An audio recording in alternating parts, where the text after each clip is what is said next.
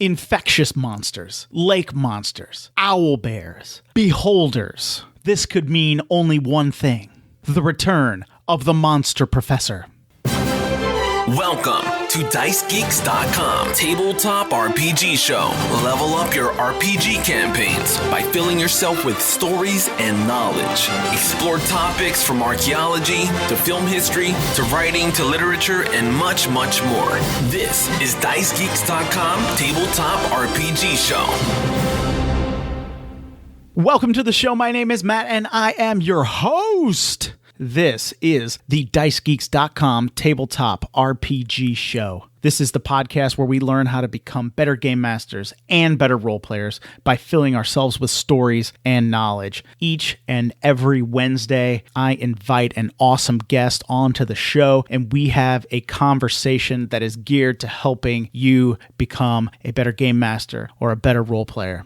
If you don't know who I am, my name is Matt Davids. I write the books of random tables. Perhaps you've seen them on Amazon.com, on DriveThruRPG.com, or on my website, DiceGeeks.com. If you haven't seen them, I would really appreciate it if you check those out. All right, guys, I have an incredible interview for you today. The Monster Professor comes back onto the show, and we have an awesome conversation riddled with monsters, 80s movies references, and all kinds of other good stuff. So let's dive in.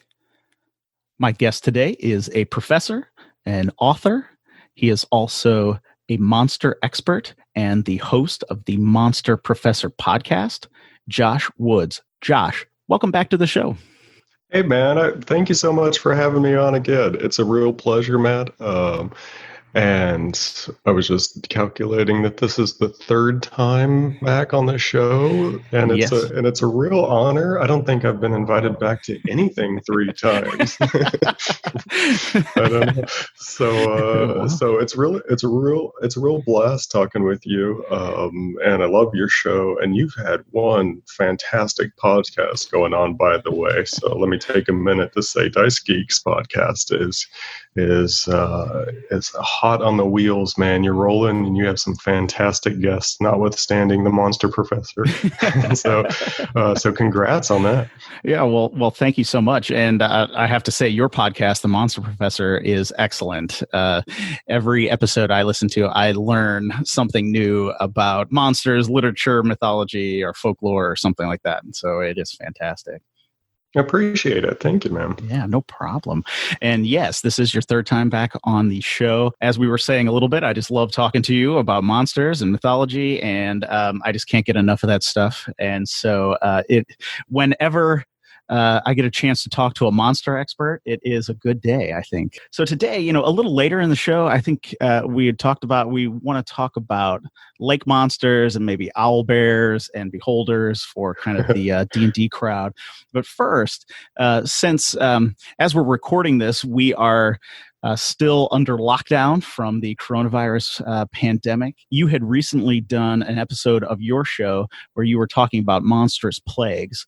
And that kind of got me thinking about individual monsters or types of monsters that have an infectious quality to them.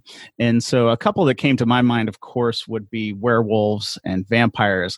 But I just wanted to ask a monster expert about infectious monsters and see what kind of, if there's some monsters out there that I'm not thinking of that are infectious and why they're so terrifying. Yeah, that's a fantastic topic, even if it weren't so current and apropos, but maybe a little morbid. Sorry, but I mean, it's interesting to see how many people in modern America who just thought of the monstrous or monstrous kind of fears as kind of a fringe interest of people into games and horror movies, kind of now having to deal with the psychology of living under the fear of a real monster right outside your window, right outside the door, anywhere you go. It's just out there and it's waiting to get in your house, like the vampire and stuff. And so, and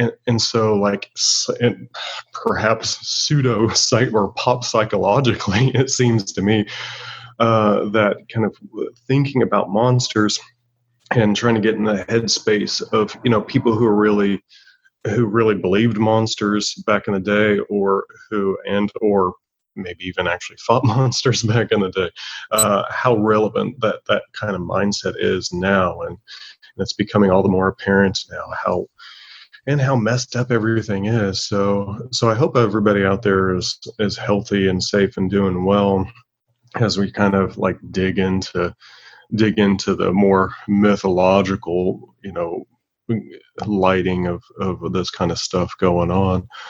I did that Monstrous Plagues podcast pretty early into it. Like when I was recording that, I hadn't even heard anybody pronounce the coronavirus yet, so I wasn't even sure. I think I even screwed it up on the podcast or something. We still weren't into lockdown or anything, but now we are, and it's getting pretty scary out there.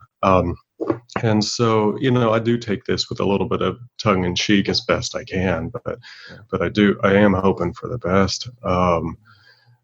As far as the monsters in the past that have done this kind of thing, you're right to distinguish. I think you're right to distinguish. There are kind of these monstrous plagues, and I covered some of those on that episode that I'm interested in, and plagues throughout myth and literature and religion. But there are specific individual monsters who have that infectious element. So I think that's a cool way to look at it. You're absolutely right. Vampires are, first and foremost on the mind. It struck me recently that, and do correct me if I'm wrong, because I'm still like pretty out of the loop on news stuff, but as last I heard, they're kind of pinning down the origin of coronavirus, or where it leapt from animal to human down to bats. Does that sound about right to you? I've heard that. I've heard that it was possibly bats, but I read an article just recently that was kind of questioning that. So it does seem like it came from possibly a bat to maybe a different kind of animal that is eaten, and then from there then to humans. But I don't know. I don't know if that is correct or not. And I'm just reading articles, and I'm by no way a virologist or anything like that. So that's it would be kind of particularly terrifying if you say, oh, it came from bats, because guess what? Bats are vampire bats, right? Yeah. Because at first I heard they were thinking like some type of anteater type of thing, but more and more, and they're not going to know for probably years for sure if they can ever know for sure. But it sounds like a lot of the votes now are for bats, and I'm thinking, man, ancient people already knew that, didn't they? We had vampires as connected with bats for quite some time, and vampires connected with bringing plagues as well. And so I think they were right to fear that maybe bats are more than just deflator mouses, more than just like flying mice. Maybe there's something more, something far wickeder about these kinds of things. That's an interesting thought, that perhaps ancient peoples knew that, you keep bats out of your house and you don't hang around them, or something like that. Yeah, I'm sure somebody could point to some cultures that kind of revered the bat and didn't fear it, but I don't know of any. All the cultures I know of that have any kind of like mythological stance on bats are that these are bad things, and maybe it's just because they come out at night, and then they seem kind of parasitic, or they latch on and drink blood. But that's not most bats, right? Yeah, they don't. Not most of them don't do that kind of thing exactly. They like eat mosquitoes and fruit, make life a little better, it seems. And yet we're still afraid of them. So maybe we knew that they brought plagues, if only in a pragmatic way, like not no in a modern scientific way. Yeah. And I think that's worth mentioning, by the way. Side note that I do like hearing that you call me a monster expert, but really it's more like dirt under the fingernails kind of ground level guy, like a guy who digs ditches all day long is a geological expert. In that way, I'm a monster expert because I have no real credentials other than I just do monster things, and so that's good enough for me. So I do call myself a monster expert, but. Well, I mean, the guy who digs ditches every day probably knows a lot that some geological experts will miss occasionally. So, okay, yeah, I'll take that. That's good. Yeah, and I mean, even with bats, I had the opportunity to talk to the great Dr. Tom Shippey, and he kind of laid out his taxonomy of monsters. He saw the different types and branches of all kinds of monsters through literature and myth. And he laid them out on one episode that was just kind of mind-blowingly awesome. But then he would say things like that would sound wrong to a lot of people who are into monsters until you think about it. He's like, werewolves and vampires, or I can't do his Scottish accent. I wish I could, but it would say something like, and vampires are essentially batmen. They're just were-bats. And I'm thinking, no, they're not. They're not just were-bats. Well, kind of they are, though. I mean, all the other things that they do, like shapeshift into clouds and like try to get into your house or hypnotize you. Some of those are kind of versions of bats, but essentially they kind of have a bat as their base metaphor or their base image that they're kind of built on. And you can kind of see that by contrast. There's a video game that's very much based on kind of role playing games called Darkest Dungeon. And it's on Steam right now. I think it's just for PC. It's a fantastic game. Brilliant art, brilliantly designed. And one of their DLCs they have for it is this extra kind of vampire-like plague hitting the area where your characters are kind of adventuring through. And all they did really was switch out. Well, they took like the 18th century Parisian kind of decadent, with the wigs and the like the flowery cuffs and so they went with that like kind of French decadent royal aristocrat look for their vampires, but they switched out bat for mosquito, and I had never really seen anyone do that conceptually or visually before. And right away you can see how much we depend on the image of the bat for our vampires once that's switched out with something like mosquito, because they did a brilliant job of reimagining what a vampire looks like if it's kind of like part mosquito and all their bloodthirst is mosquito like bloodthirst. It's just brilliant. Sorry, go ahead. I hadn't heard of that one, but it was just interesting than the mosquito, because mosquitoes kill more people every year in the world than any other creature because they spread infectious diseases. Yeah. I think I saw one book. I didn't read it because it'll just scare me and depress me even more than normal. But something like the mosquito, the human's natural predator, or something like that. The natural predator of humans throughout the ages. And I think that's right. Yeah, they're scary things. Yeah. As a couple, I guess I'm way off track because we were trying to get me off of vampires.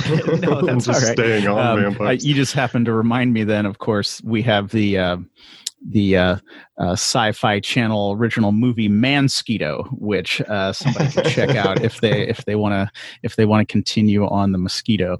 But as you were talking about that, it was interesting because, of course, one of the staples of Dungeons and Dragons, one of the kind of the the epic adventures is The Curse of Strahd, which of course started as Ravenloft, but that was kind of created because vampires were just a creature with like hit points, and it was the author was just like, that's not what a vampire is. A vampire is like this controlling force that can bend people to his will and can infect people and do things. They're not just to be treated as, a simple obstacle in a dungeon as maybe a goblin or something like that could be.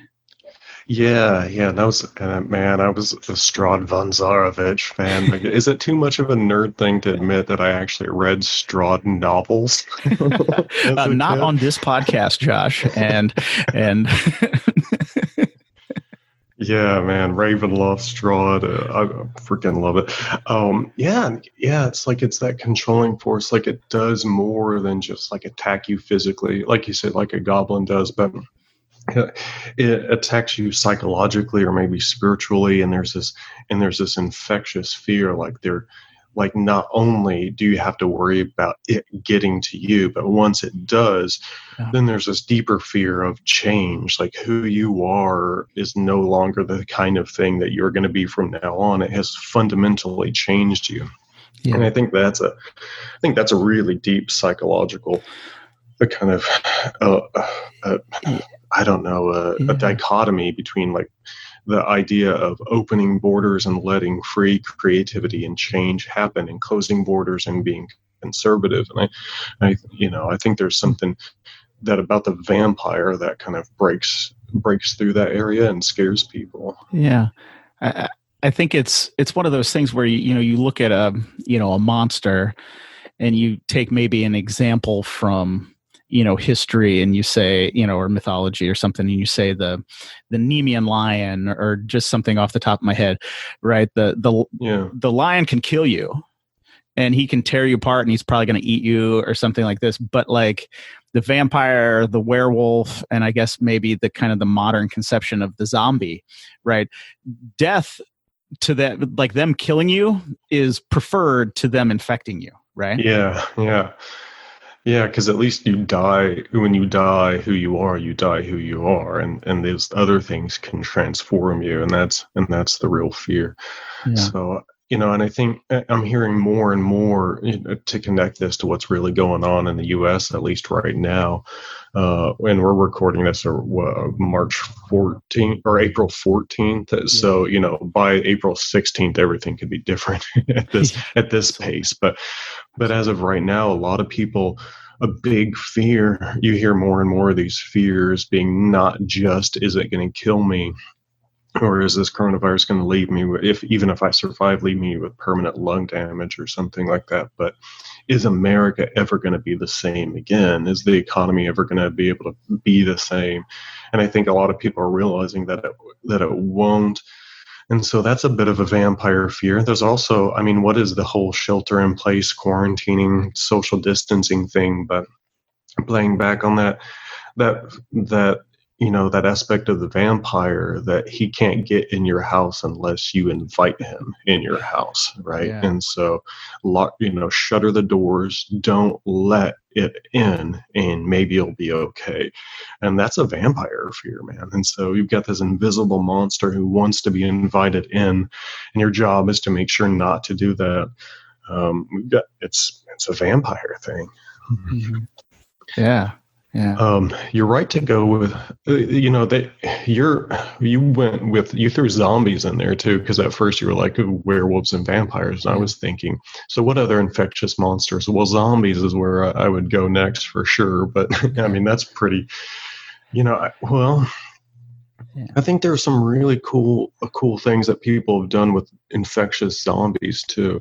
Mm-hmm. One thing I don't remember if I mentioned this on my episode, but at one point in the Walking Dead series, there was this idea that the whole zombie thing was this kind of virus that everyone had latently, and it didn't really kick in until you physically died, and then you're a zombie. So unlike other stories with zombies, you don't have to be you don't have to be directly affected by the zombie. You don't have to be bitten or something like that.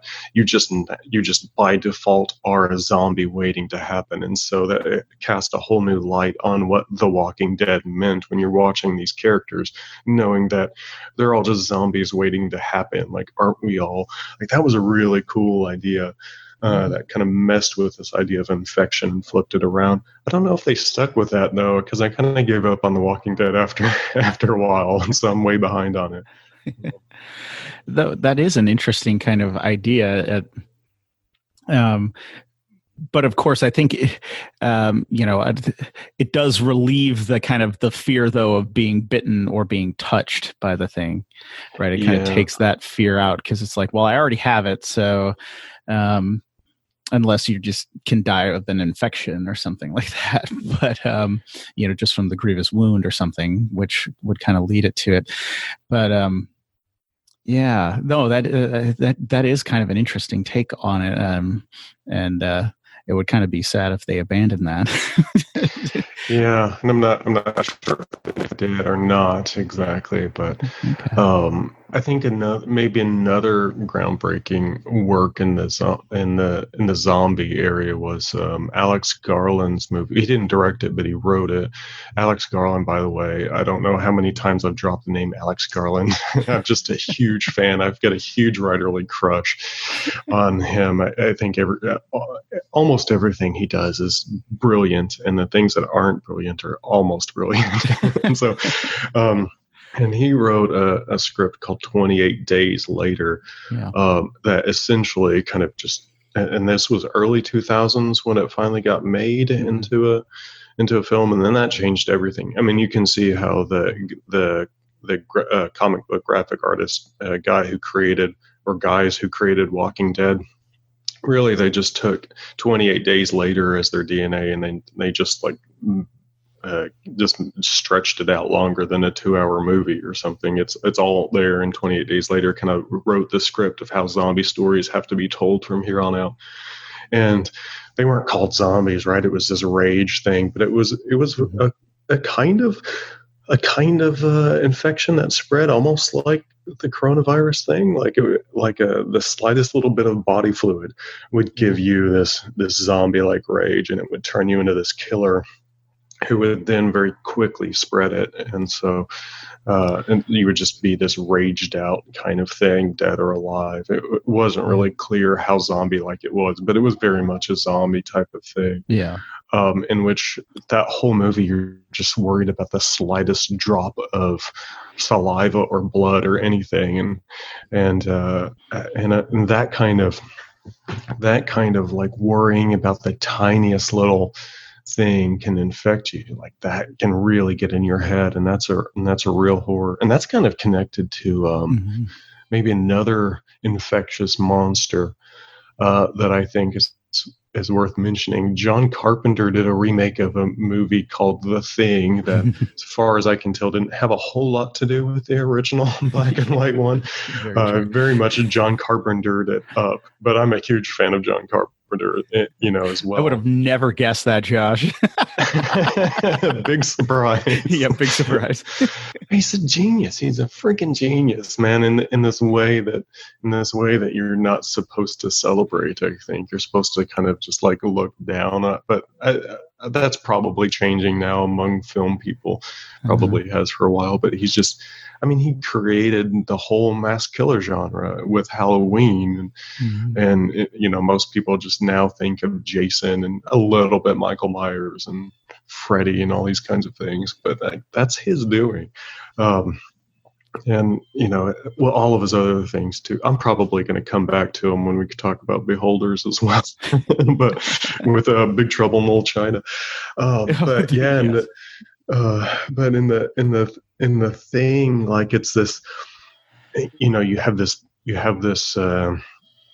alien infection. So it just came down out of nowhere, and it infects you, but it kind of changes you in that it makes all of your cells fight for independent survival. Whereas right now our bodies are kind of built in this Gestalt way that our minds are willing to sacrifice fingernails, for instance, because we just need to cut them, and our hands aren't fighting us. Like, we all just go along with cutting our fingernails. But if you have the thing virus, kind of the infection, then your fingernails will want to like save themselves, so they'll like leap, tear themselves away from your fingers and run away, kind of thing.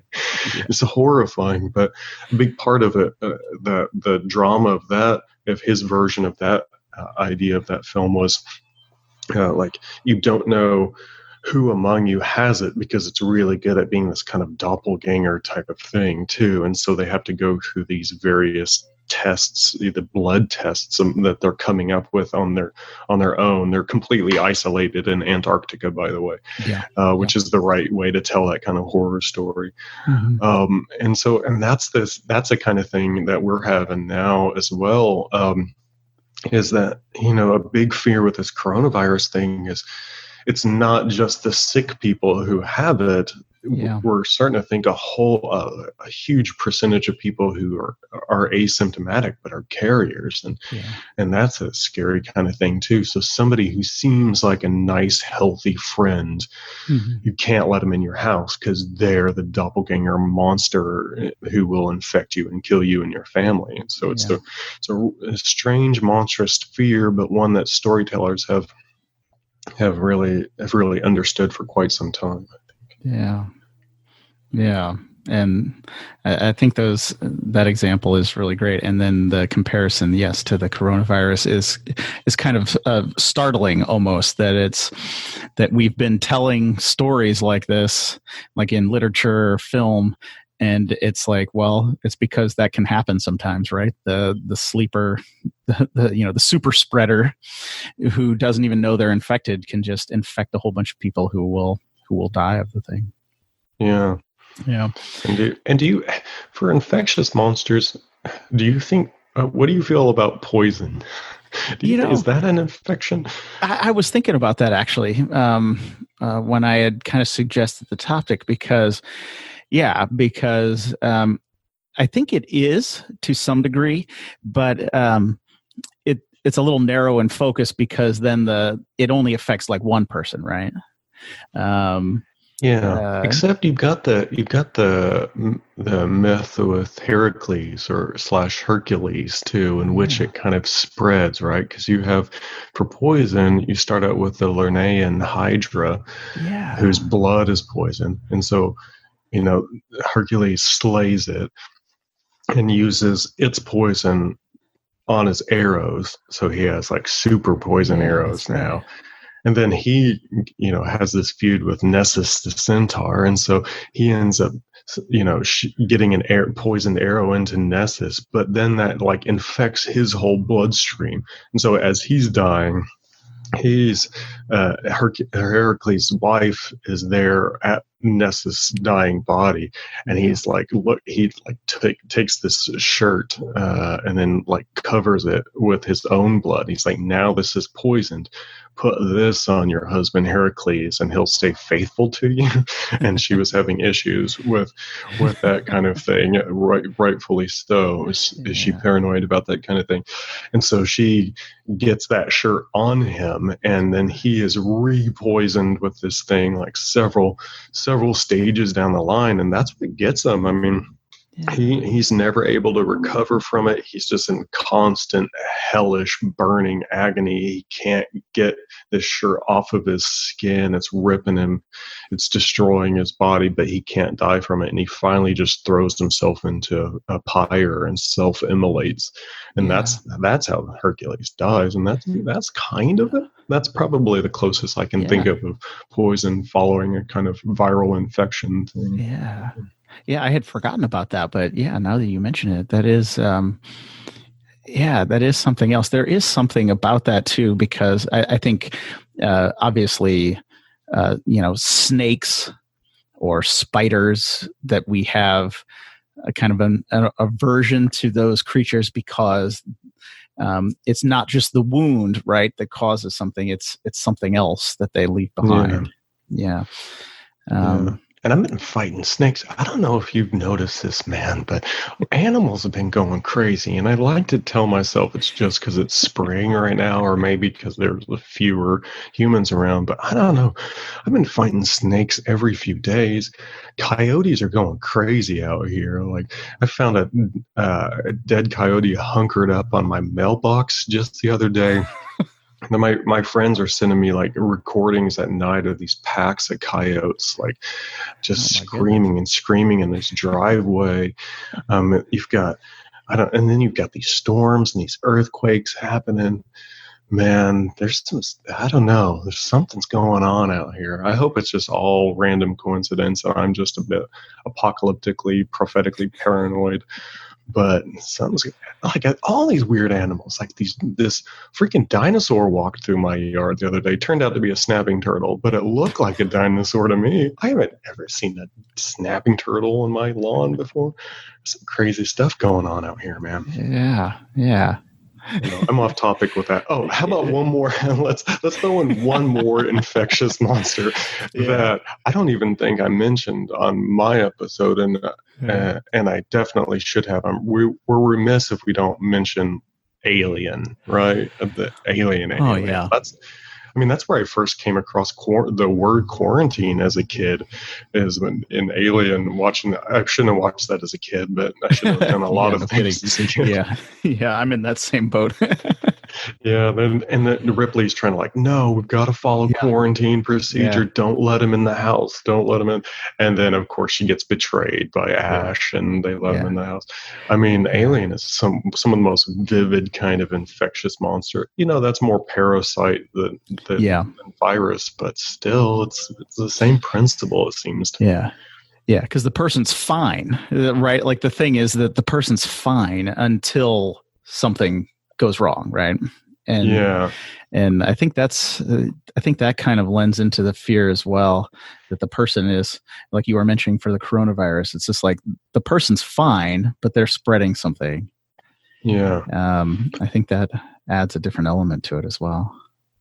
Yeah, this horrifying kind of thing, and that the way the face hugger gets you, like it's just that image of that face hugger with its like spider like hands wrapped around your face, and you're being suffocated, and its tail is strangling you. Like that's all sorts of claustrophobia fears and insect fears all wrapped up into one image.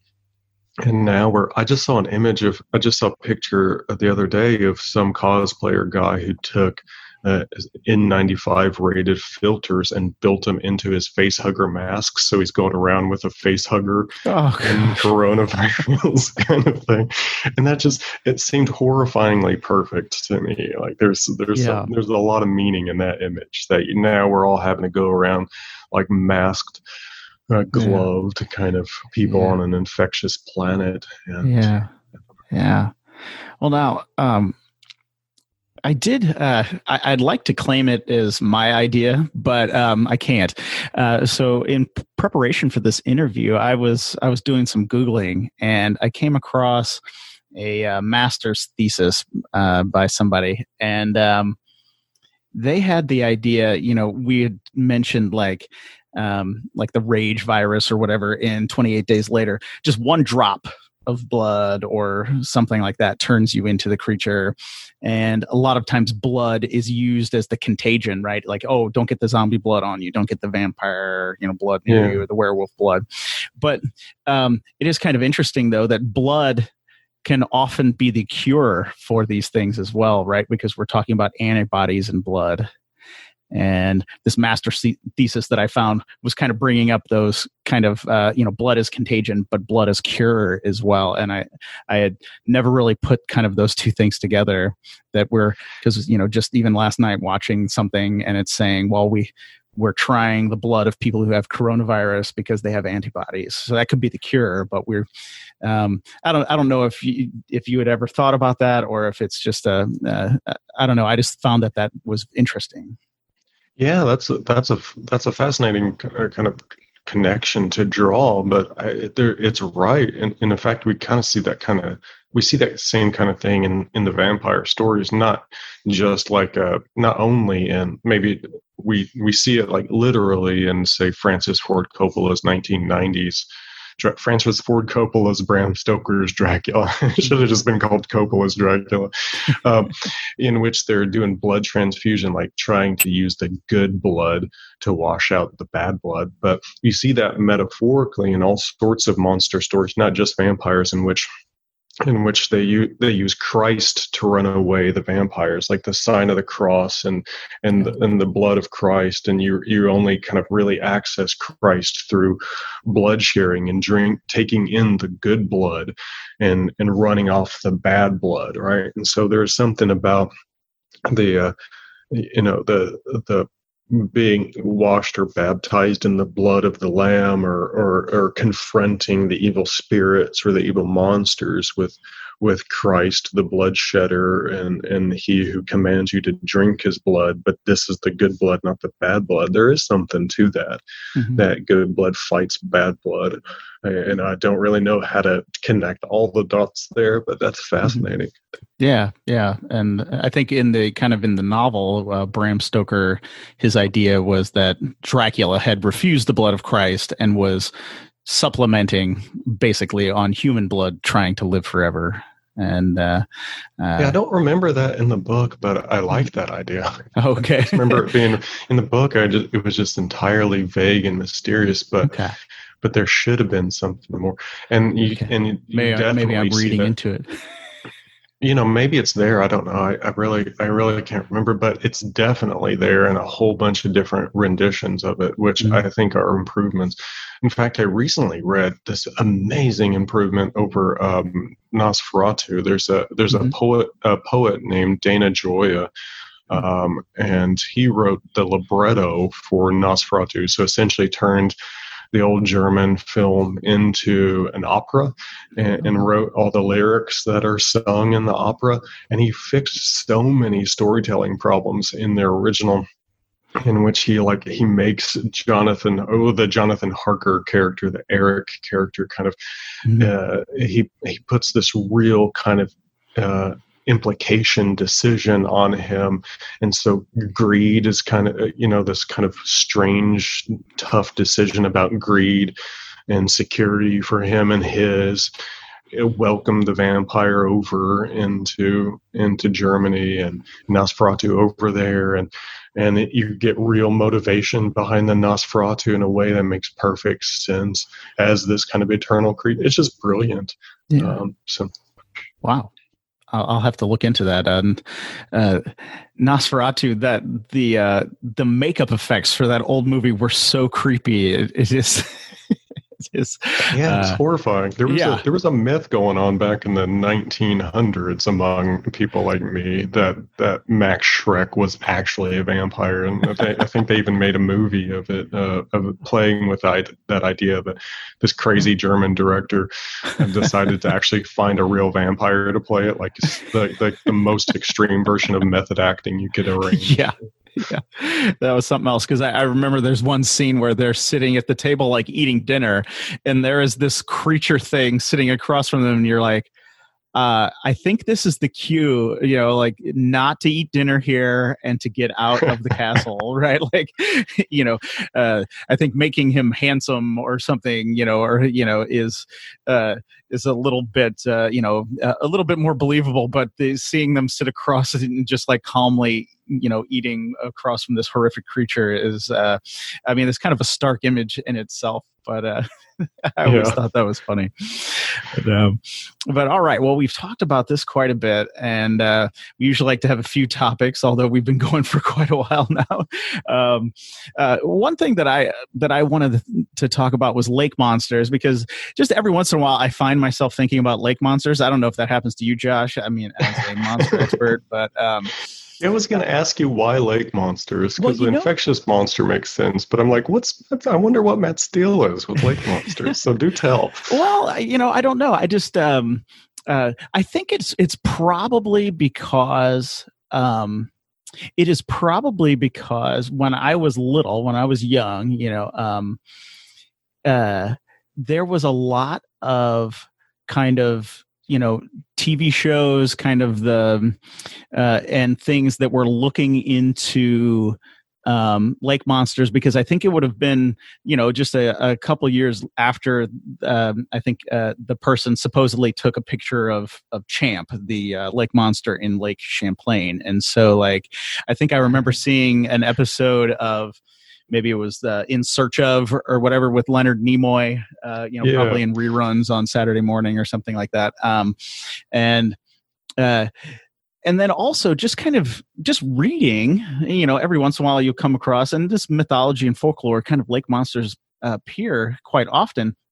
And in fact, I think it would almost be easier to talk about lakes that haven't had a lake monster sighting than ones that have, because it just seems like, or possibly if your lake is bigger than, I don't know, maybe, 40 square acres or something, it has a lake monster in it, because people just seem to see lake monsters all over the place. And I was just hoping to, since I have a monster expert on the line, I was just hoping to see, where you've come across lake monsters and maybe some of your thoughts on them.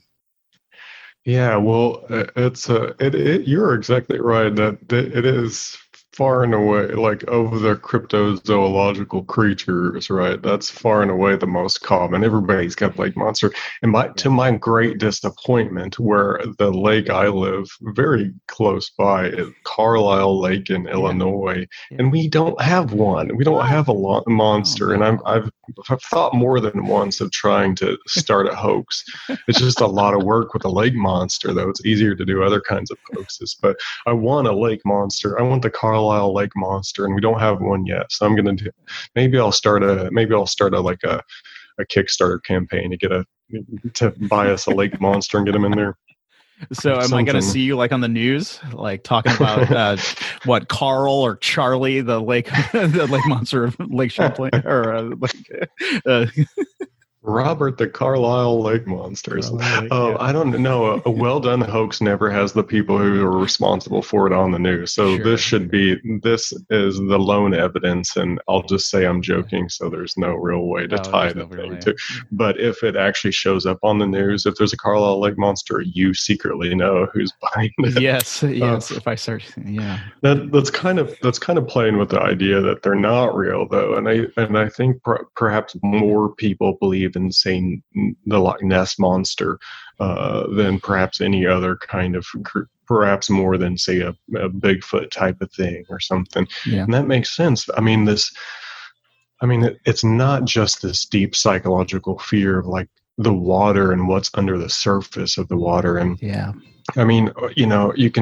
can play out that kind of psychological experiment on yourself or anyone listening to this. Have you ever had any dreams in which water features it, and and maybe even something under the surface of the water is dangerous? And then all these examples start racking up. Somebody like Carl Jung would say that there are actually, even though he's kind of stereotyped as saying the opposite of this, there are very few, if any, kind of textbook symbols that so much of what shows up in your own psychology or your own dreams really only makes sense through individual interpretation. One exception would be water and monsters under it. Very often kind of reptilian or fish-like monsters under it.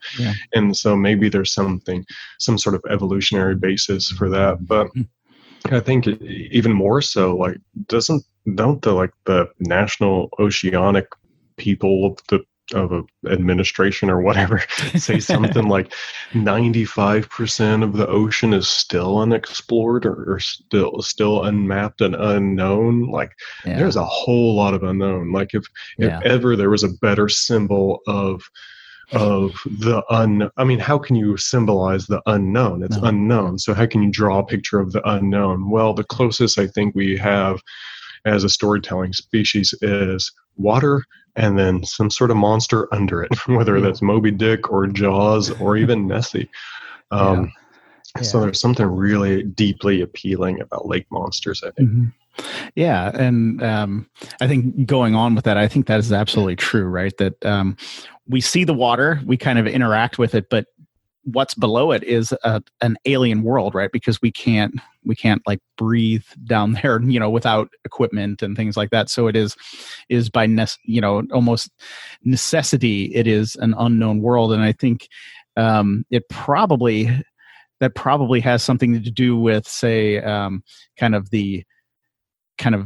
just every few years we get an underwater kind of movie, a horror movie that's set underwater, right? I mean, we have Leviathan, The Abyss, Deep Star 6. There was a new one, I think, just called Underwater. Michael Crichton's The Sphere, right? I think that was that was underwater, right? And of course, it just kind of ratchets up the tension, right? Because you say, well, if one little thing fails, we die. So we're in an alien environment that is hostile to us, and we're facing, something that is unknown and that we can barely see as well, right? Because visibility is low, or the creature can blend into the water as well. And I think that is, I think all of those kind of things just, it is just almost, it's just like, how do you want to create a horror movie, and put a sense of tension all around yourself? Well, you put it in an underwater lab, right, with a creature you can't see, or that is difficult to see. And then you've just increased the tension already because the people there are living by a thread. But that gets in people's heads. Like after Jaws came out and got really popular, like people stopped swimming in swimming pools. And actually, like they're worried they can see all the way down to the bottom. They know sharks aren't just wandering into their pools, and yet they're still afraid to swim. It's really fascinating. Yeah, and of course Jaws. I mean, besides being, I think, one of the greatest movies ever made, it just played on those so well that it created an entire genre of the shark movie, right? I mean, we just have an entire genre that is built on that. And peaked at Sharknado, I think. Peaked at Sharknado, or did it reach jumped kind the of shark? Jumped the shark at Sharknado or something, or reached its kind of its it's postmodern kind of movement or something in Sharknado, or something. It's most self-aware kind of moment with Sharknado. But I just think kind of with the lake monster idea, it's just always interesting that it just does seem that I don't know, it lends itself to a number of things as well. Like we've been talking about, the unknown, the mystery, what lurks under the water, because we can't see there. We can't really go there easily. But I think too, there's also kind of around water, your best chance to like see a lake monster is if you've been, say, up for 2 or 3 days while you're fishing early, at 3 a.m. near a lakeside, where some of these kind of isolation and perhaps sleep deprivation are, and this mysterious water in front of you are all playing kind of on our psychological states at the time. I don't know. Yeah, I mean, because anyone who's been out on the lake or has been out fishing on the banks of the lake, and they've seen like some big catfish kind of just get to the surface and back down. It doesn't. If you're being skeptical minded, you think, oh, that's just a big catfish. But that's not what it looks like. It looks like just the glimpse of a Leviathan type of monster. It feels. And there's something about those lake monsters that's kind of a source of local pride, or maybe if nothing else, like the story spreads so much more easily when it's all like. I remember in Kentucky as a kid hearing these tales of this dam down where they had the story was they have these like underwater kind of turbines going that would quite regularly like chop up fish accidentally, and so there was just this constant supply of really good food for the more cannibalistic fish like catfish. And a story of this guy having to go to, in the scuba gear, having to go down to maintenance something in this really brown, cloudy water. And this catfish swims by him and brushes into him, or he almost runs into it. Sorry. This catfish like swims by him, and it's the size of a Volkswagen Beetle. Like, this thing is as big as a car, and it's like this wall of fish that goes by him. And he comes up immediately and rips off his scuba gear and quits his job and says he's never going back down there again. And that's all they had to do to make me 100% believe it as a kid. I was freaking terrified, not just of that water, but just this fear of this just gigantic fish that you can't even see all of. Mm-hmm. That just got deep into my head. And so when I run across like this Jorge Borges telling this old Muslim myth, or this old Islamic folk tale about when Jesus saw the Leviathan. Did we ever talk about that? Have I mentioned that when Jesus saw Leviathan? No. And so, this Borges relates it. Now, knowing Borges, he could have just totally made it up and said it's Islamic and knew that we were probably going to check his sources. So it may be complete BS, but it doesn't matter. It's stuck in my head. That,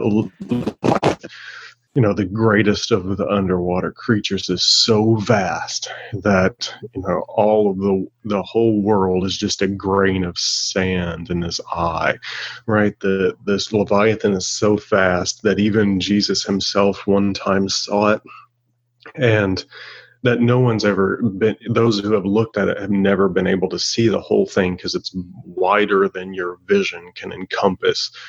But Jesus one time with his holy eyes saw the whole thing and immediately went into a coma that lasted for 3 days out of just shock. And that to me, when I read that, I'm like, that's the same thing that happened to the scuba diver in Kentucky.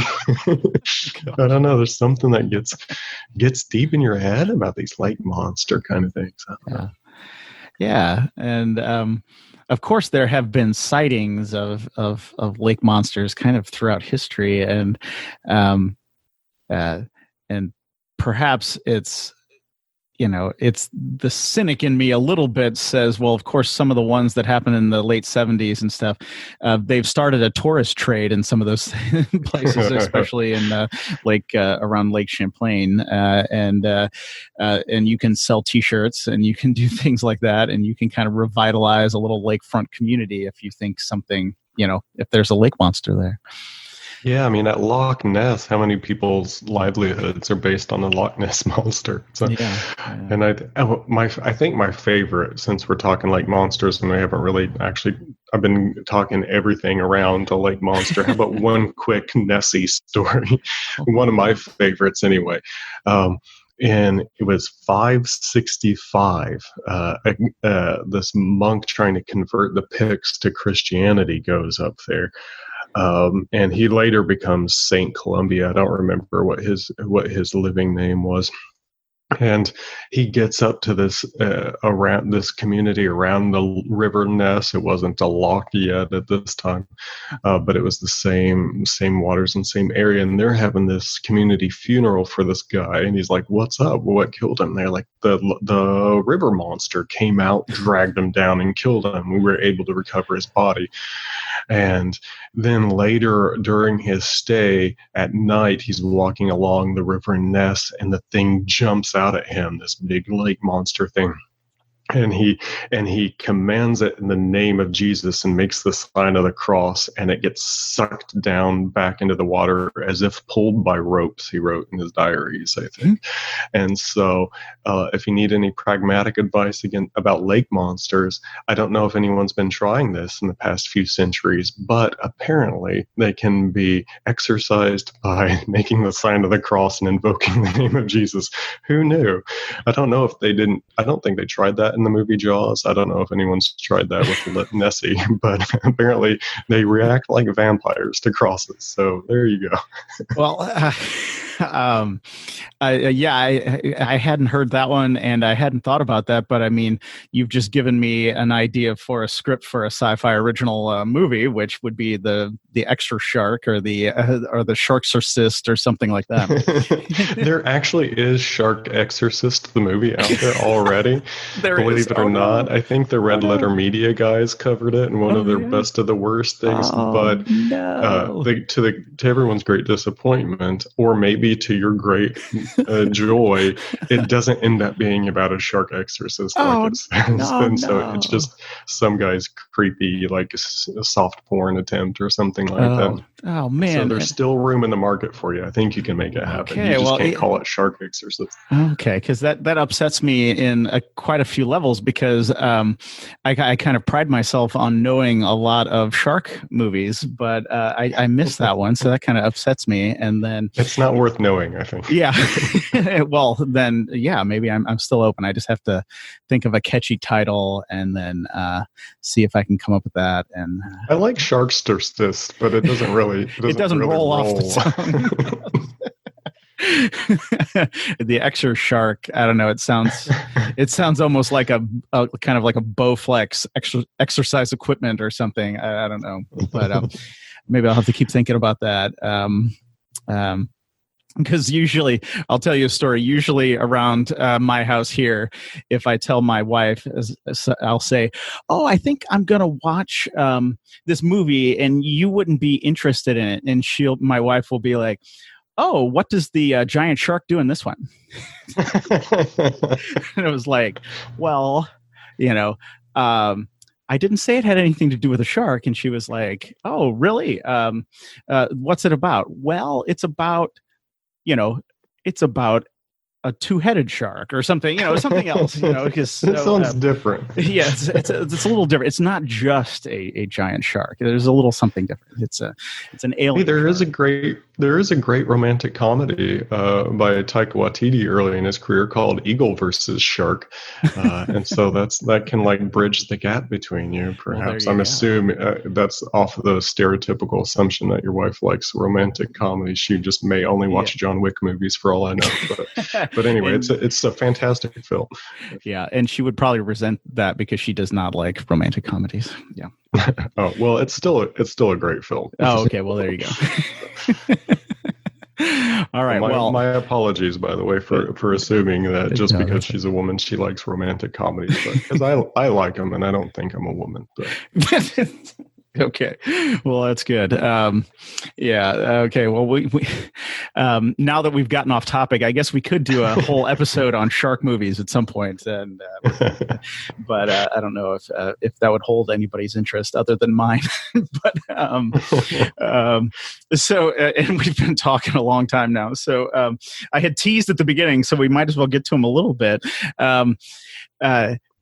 The idea of creatures, of course, being just created for a game, because we say like Dungeons and Dragons, of course, incorporates creatures from a wide range of mythologies, and because why not, right? They're free and they're usually awesome. But games like Dungeons and Dragons, they also make up their own, because you kind of just run out of monsters at some point, right? I mean, you need different challenges, you need all kinds of different things, and you want to give your own world kind of its own feeling, and you want to have something maybe proprietary that you can put, a label of IP or something on. So a couple from Dungeons and Dragons, and I just wanted to get your kind of thoughts about them. So the Owlbear. So Josh, as a monster expert, what do you think about the Owlbear? Owlbear is cool. In fact, believe it or not, I have a personal story about Owlbear. Oh wow! If you saw one, I'm gonna freak out. Well, I think this links back to the our earlier talk about lake monsters. So, to probably your great surprise, in high school, I was a bit of a geek and a nerd, and my friends were too. And so I had some friends who, we were into D&D and these kinds of things together. Nathan Gillum and Nick Gillum, to drop their names in case they're listening to this. And we also, it was at Henderson, Kentucky, and so there's a John James Audubon State Park because John James Audubon lived there and like tortured birds and painted them or something for years and years.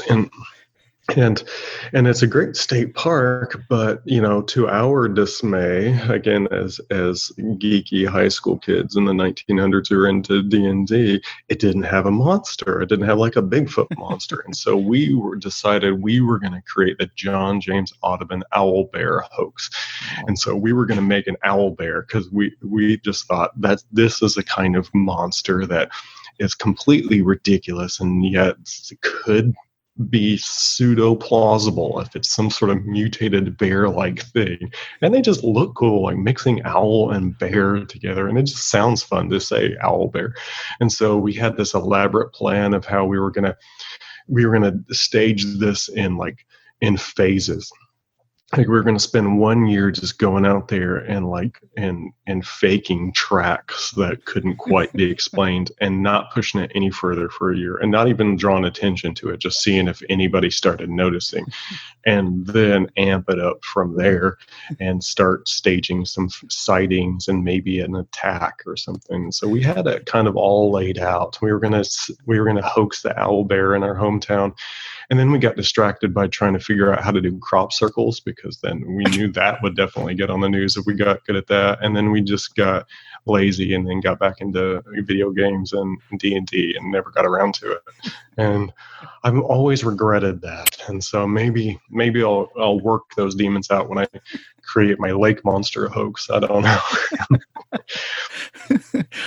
So does being a monster expert just like really make you want to see them, Josh? Is that what we're seeing, that you're just always wanting to perpetrate a hoax about something? Yeah, no, I would much more prefer to see real ones. I don't want to have to make them myself if I don't have to, but I keep finding myself in this frustrating position. Like I wanted to read a book, a certain kind of novel about witches and supernatural SWAT teams, and no one wrote it. So I had to write the damn thing, and that was a whole lot more work than just buying it off of Amazon. But I keep finding myself in the position of like, no one's making a thing that I want, so I have to make it. And so that's how it is with monsters. But I've begged everyone who knows this, and so this is an open invitation. Do you know those like hoax prank shows in which they sometimes stage monster attacks on these unsuspecting people who don't know they're being filmed? Yeah. Some of them, they try to like lay out a fully like prank encounters, I think is one. Like they try to make it purely supernatural, where there's a clearly alien attack. It's not just some crazy guy who's got a razor who's going to cut you with.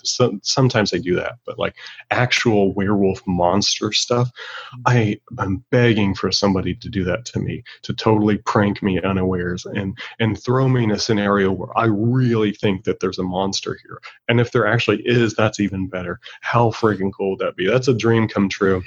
And everybody refuses because they also know I have a tendency to be, I don't know, to be effectually dangerous in scenarios with firearms and whatnot if need be. Like I guess I'm fully prepared for any sort of thing, and so they're afraid that like that would go really bad. And those shows pick very passive people who don't have any interest in combat and don't have any training in combat and don't have any weaponry constantly at hand. So that makes sense. So I don't think anyone's ever going to do it to me, but God almighty, wouldn't that be a dream come true if all of a sudden you think you're actually in a werewolf scenario or that would, okay. Yes. So that's a long way of saying, yes, I want to see monsters for real. Okay. Well, listeners, nobody prank Josh by seeing a monster, because I guess bad things will happen by that. I want it to happen, but I don't want any actual innocent person to get hurt. So maybe it's best that we don't.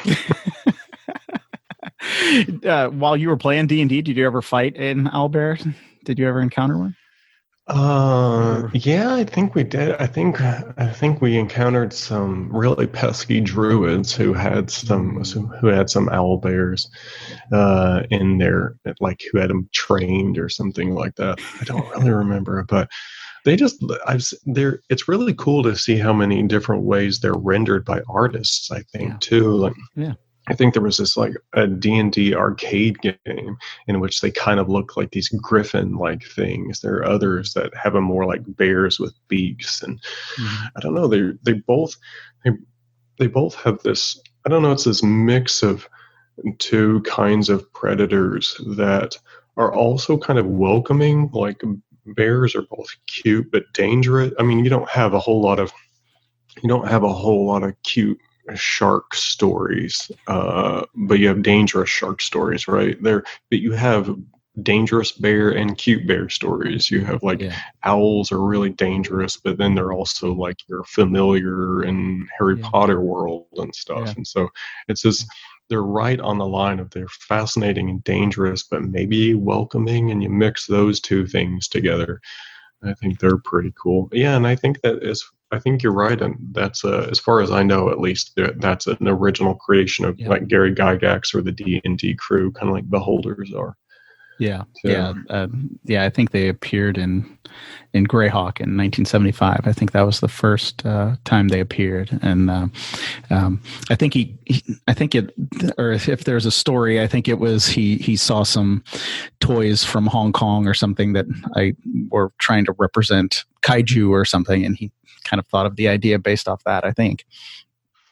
I think that, because the Japanese have been doing that kind of thing with the kaiju for quite some time, and have these gigantic, mixing insect and crab together, and have it just make it 80 feet tall and just run through the city and stuff. Well, I mean, of course, Godzilla, which, in the Japanese, right, Gojira is just gorilla and then the word for whale, like crammed together.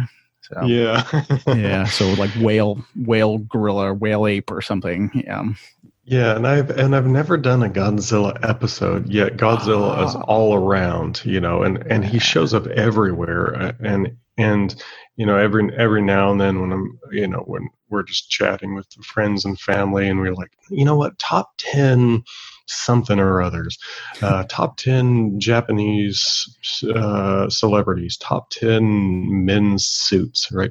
Godzilla always ends up on my list of top 10 anything. Godzilla is always an example. Top 10 I don't know, props in TV shows, like the Godzilla in the back of Roseanne. That was there for like years and years on the mantelpiece. There was a Godzilla back there. And so I finally got a request that I can't deny. So there's some awesome folks down in Fort Myers, Florida, at Florida Southwestern State College, to plug an event coming up, by the way. I've got some folks who listen to the podcast and have read my books and have really enjoyed it. They invited me down for a Halloween event. And so they're going to fly me down to Florida Southwestern State College Wednesday, October 28th, like just a couple days before Halloween. Nice. We're going to do a live Monster Professor podcast event. And kind of book events too. So it's a theater setting open to the public. We're going to record it and air it on the podcast as well, assuming that everything is okay to do that kind of thing by the end of October. So crossing our fingers, and that can change. But as of now, it's a go and it's in the books. So we're going to have a really cool event. So if you're around, anybody's listening to this around Fort Myers, Florida, you're invited to come to this Monster Professor Halloween event down at Florida Southwestern State College, October 28th. It's going to be really cool, I think. But if not, you'll even be able to listen to it on the podcast. So that's plugging an event that hopefully will happen. Well, that is awesome. I mean, I think once you start doing live events as a podcaster, that means like you've attained a new level, I think, Josh. So that is awesome. Is that leveling up? I think so. I think that's taking your podcast to a level. I mean, because the secret little, the dirty little secret of podcasting is what? Nobody may be listening, but if you have a live event, there are people there listening. That's awesome. That is so cool. I think it's going to be really cool. I'm really hoping not just for the well-being of everyone and saving lives that the coronavirus calms down, but also so that we can have an awesome kick-ass Halloween in 2020. Man. So, but Yeah, that's fantastic. And I will, as always, in the show notes for this episode at dicegeeks.com, I'll include links and everything there so people can check out some of your stuff. And so hopefully they can learn more about that event when it's coming up. That'll be great. Cool. Thank you. I appreciate it. Yeah, no problem. Now, we have been talking here a long time, but I did want to mention Beholders because I think you have some pretty strong opinions on Beholders. I've listened to, I sadly, I have not listened to every episode of the Monster Professor podcast, but I have listened to a number, and I've heard you mention Beholders at least 2 or 3 times, including a kind of a longer, lengthier discussion of Beholders at one point. So can you enlighten us on your thoughts of the Beholder? First of all, I didn't realize I've talked about him so often. Until you're now. But that's kind of the story. Like every year that goes by, more and more am I finding out how little I am aware of myself and what I do, and other people describe literally what I have said or done, and I don't have any recollection now whatsoever. And so, but yeah, the Beholder. So okay, there's this. It's this floating ball of flesh, normally with one big eye and one mouth, and then a whole bunch of like little antenna, tentacle, like eye stalks. Eye stalks. There we go. Stalks with eyes on the end of them. So, and it just floats. It just floats over the ground without any sort of wings or anything. And if I'm remembering correctly, like each eye has a different like magic power, and one of its kind of key features in the Dungeons and Dragons world is that like one of its eyes can cancel out magic, so all of your magical gear that you're bringing in as an adventurer suddenly don't matter anymore, and it's just who you are in the eye of the beholder. And that it's all cool. It's all cool in theory, but I just think they're dumb. I mean, they just look dumb. They don't make any sense to me. I don't know. I like the little dude. Now there is a little guy on John Carpenter, next to John Carpenter, right, on one of his brilliant, perfect films. Big Trouble in Little China, when they're down deep in the dungeon, and there's this like little hallway guardian who's essentially, he's like a drone now. They didn't have drones back then, but essentially just kind of hovers around and watches things, and he's a camcorder for Lopan, his sorcerer boss. And essentially he's just there to like see you and alarm you. And I think they end up murdering him with a dagger in his weird little fleshy head. And that seems entirely ripped off from D&D, unless it just so happened to be simultaneous invention. John Carpenter would totally rip it off. So I think he probably did at that point. But I don't know. They just look stupid to me. They seem stupid to me. My friends and I never included them in the game. We just assumed they were too stupid to really exist. And so the people in our fantasy story worlds just kind of imagined these stupid things, but they don't, of all things that exist, they don't. I don't know. So was that the strong opinion you were referring to? I think so. Yes. Yes, definitely. So that just brought up an interesting point. It was just like, so in your imaginary world, the folklore includes a beholder that is not real. Is that what I'm? That's like 3 levels. That's pretty actually ingenious, I think. We had to, when we were playing pretty regularly, we had all sorts of messed up issues. Like it didn't take us very long before we were all, actually by the time I came in with the Gillum brothers and this crew, that they had already reached the point where they figured out playing villains is so much more fun than playing heroes. And so we were like, one of them was a vampire, one of them was a lich. I was some sort of death knight, and we were going around causing the trouble in the world. So the quest was, can you like do this horrible thing and fight the people who are trying to stop you from doing it? And I think at one point we round up all the elves in concentration camps, and it was just like horrifyingly evil, and it was a blast. I think it worked out a lot of those dark energies that could have gone into something perhaps actually evil. Instead, we're just like rolling dice and writing it down and becoming evil overlords, and then going back to high school and feeling pretty cool and calm about everything. I don't know. Okay. Yeah. I had, playing, I've played since I was 9. I had a phase where, we would do a lot of evil, violent stuff. But fortunately, I think at least I've grown out of that some. And I haven't, I don't think. I don't really know if I have. Yeah. I haven't. Yeah. Like I said, I haven't really got to play much. I got to play not too long. I got to play one time last year, but but I don't really play very much. And we were more heroes in that one because it is kind of hard to sustain a super villain as the character thing. It's much easier to just have kind of adventurous scrapping for their dear life and trying to get something done. Yeah. And for listeners of my podcast, I interviewed Ethan Gilsdorf, and he and I talk about kind of that aspect of role playing in that episode. So people could check that episode out, where Ethan has done a TED talk on why playing Dungeons and Dragons is good for you. And so in that episode, we talk about kind of some of those things. But I think just getting back to the Beholder really quickly is just, I think there's part of the Beholder is just to foil the abilities that the characters have in the game, right? Like you need a monster to foil those abilities to provide the players with a challenge. And probably about 2 years or so ago now, I finally ran like a full encounter of a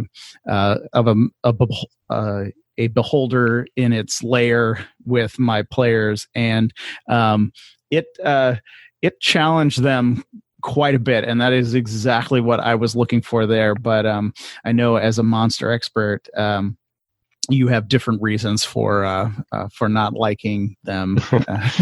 Honestly, I think they're just aesthetic. Like the thing does look iconic, and I think anymore it's kind of like a mascot of the actual D&D brand. But I just didn't think they look cool. Owlbears look cool to me, and maybe it's because they're a little bit viable. And because Beholders, because like mythology and folklore have been combining monsters forever, right? Yeah. Like even Medusa with snake hair kind of just looks anatomically viable, and nothing looks anatomically viable about the Beholder to me. And so it just looks. But I mean, you're right. There are very cool aspects to it. One is how much they challenge the characters, but two, it's a little bit like the evil eye in Edgar Allan Poe's Telltale Heart. Like there's something about the eye that makes you really self-conscious. Like it's seeing not just you, but what if this thing just keeps watching you and seeing you for what you really are? And that's a great fear that a lot of us have. And so if the Beholder cancels out magic, and this isn't my original idea, I've heard it from other people, or I've read it somewhere, I don't know, but there, if it cancels out magic, and it can strip your heroes away, or adventurers, and then see them for what they really are. And that's a great fear that a lot of us have. Is like, I put up all these levels in front of these, put on all these masks. What about the old man's eye that might actually see me for what I am? That starts drumming up your guilt or your self-consciousness, and it's a cool fear to play with. And so I guess the Beholder does do that. Yeah. And that is interesting. I mean, all you have to do is see a person when there's not a camera on, and a person when a camera's on, and you'll see how they change the way they do everything, right? And I've been trying to bring those two worlds closer together. So what you get with me when I'm teaching in the classroom, in the college classroom, is pretty close to what you would see from me in the office, what you'd see from me at a restaurant, what you'd see from me at home. And I try to do that with the podcast as well, that what I end up putting out there sounds a whole like what it's pretty much the same anymore as just hanging out with me and talking about monsters. And so I try to bridge the gap, but there are obviously problems with that. Like just on this podcast alone, I probably said 7 or 8 offensive things or things that would make people worry about me. But those who know me have just stopped worrying about me. And so they've given up on worrying about that. So there's a price to be paid for it. But anyway, it makes me happier. I don't know. Yeah. I certainly know I'm going to be watching for monster sightings coming out of a certain place in Illinois from now on. See, my other problem is that I'm lazy. Like I may be weird and dangerous and I don't know. all sorts of things, but I'm also so lazy that I'm probably not going to get around to doing all these evil villain things that I really want to do. Well, I don't know if somebody who has a podcast, somebody who is a professor, and somebody who writes novels could be called lazy, though. I just don't. I don't see. I don't really see that connection. Maybe something's holding you back, right? Just a little bit that you shouldn't trick somebody into thinking that there is a lake, a lake monster in Lake Carlisle or whatever that's over there. I don't know. It can't be a moral issue, can it? Is there something immoral about hoaxing a monster? Well, I mean, I was just thinking of Sam in the Lord of the Rings, right? He was better than his principles, so I was kind of hoping perhaps maybe that's some things there. 'Cause he said he would beat Gollum, but he didn't because he was better than his principles, right? So maybe you want to pull a hoax, but you just can't because. I'm secretly trying to hide the fact that I might be a good person deep down inside. Yeah. I don't know. I don't like that idea, but it might be true. Oh man. Gosh, the lake monsters. We totally missed the Watcher in the Water. How could we not? Oh yeah. How could we not talk about Lord of the Rings? Yeah. Oh man, he's horrifying. I mean, and you also have all these. I mean, Watching the Water is something that really like it's gnawed at the back of my mind, and the gnawing things into the earth that Gandalf references really quickly when he's returned, and he's like, but I can't even talk about him. Like Gandalf can't even talk about him. Yeah, they're really bad. These Lovecraftian types of things that are in the Lord of the Rings world. We just don't hear much about them. But then you have all these other underwater monsters like Nixies and Kelpies and the sirens and mermaids too. I think I did one full episode. I'm pretty sure I did one on sirens and mermaids. Yeah. There's a bunch of, I don't know, there's just a whole range of water monsters that are just, well, they're too big for any one episode or any one discussion. You could do a branching podcast on just the water monsters, I think. Yeah. No, absolutely. And speaking of that, I mean, we've been talking now for a long time. I had promised only to take up an hour of your time, and we've been talking forever.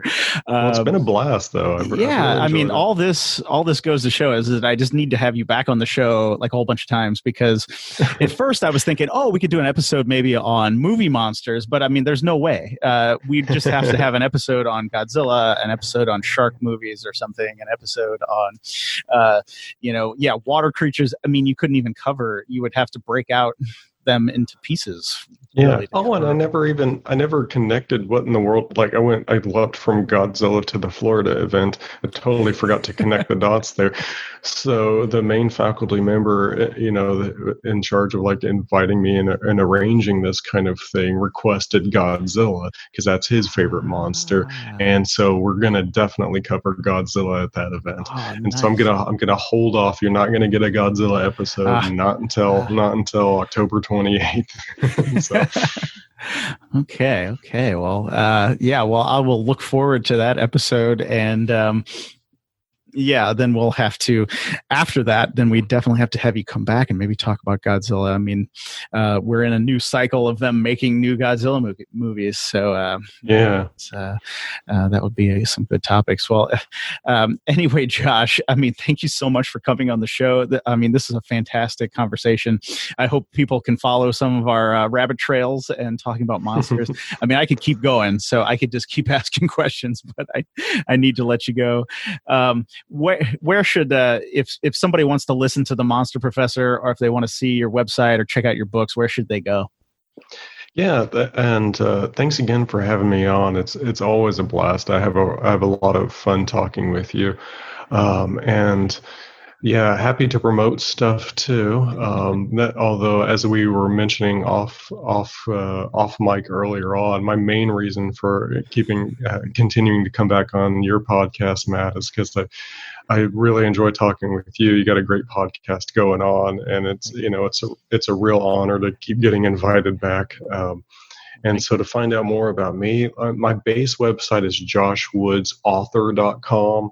You can just type that in the URL or Google it or whatever.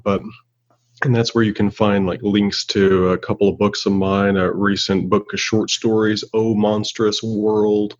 It won at least one award, International Book Awards, but it's up for some others, so maybe more. Also have a novel, The Black Palace. Both of those are also available on Amazon.com. As far as the podcast I do, The Monster Professor, you can just go to whatever podcasting platform you use, and you should be able to find it there, whether it's Apple Podcast, iTunes stuff, or Spotify, or YouTube, Stitcher, you name it, Google Play. Just check out Monster Professor. But you can also find all those episodes on my base website too. So anywhere you want to find me, I'm pretty easy to find.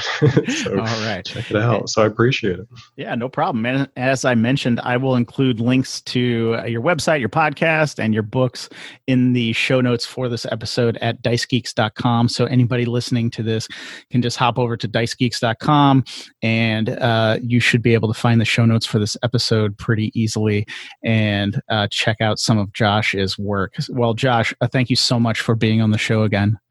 Thanks again, Matt. Seriously, huge honor and a lot of fun. It's been a blast. All right, there you have it, guys. I really hope you enjoyed this episode today. It is always just a blast to have Josh on the show. As I mentioned, I have included links to his podcast as well as his books in the show notes for this episode at dicegeeks.com. Please head over there, check out the show notes, follow those links, support Josh's work. He is an excellent writer. His podcast is fantastic, and I want everybody to know that. Now, hopefully, we don't hear about Josh when he stages an owl bear or a lake monster hoax, but you never know. So you can keep an eye out in the news. If something like that comes up, it might just be the Monster Professor. All right, guys, if you want some free stuff, head over to dicegeeks.com/free. You will get 10 free dungeon maps. Plus, you'll never miss an episode of this show. And every Friday, I send out an update on what I am up to so you can stay in touch with what projects that I am working on. If you want to support the show, please subscribe, leave a review, or you could support the show on Patreon. You could head to patreon.com/dicegeeks. Any bit of support that I receive there would be absolutely amazing and greatly appreciated. Every patron I get is just a vote of confidence that I should keep making this show. I just really want to thank you so much for listening. And until next time, keep gaming.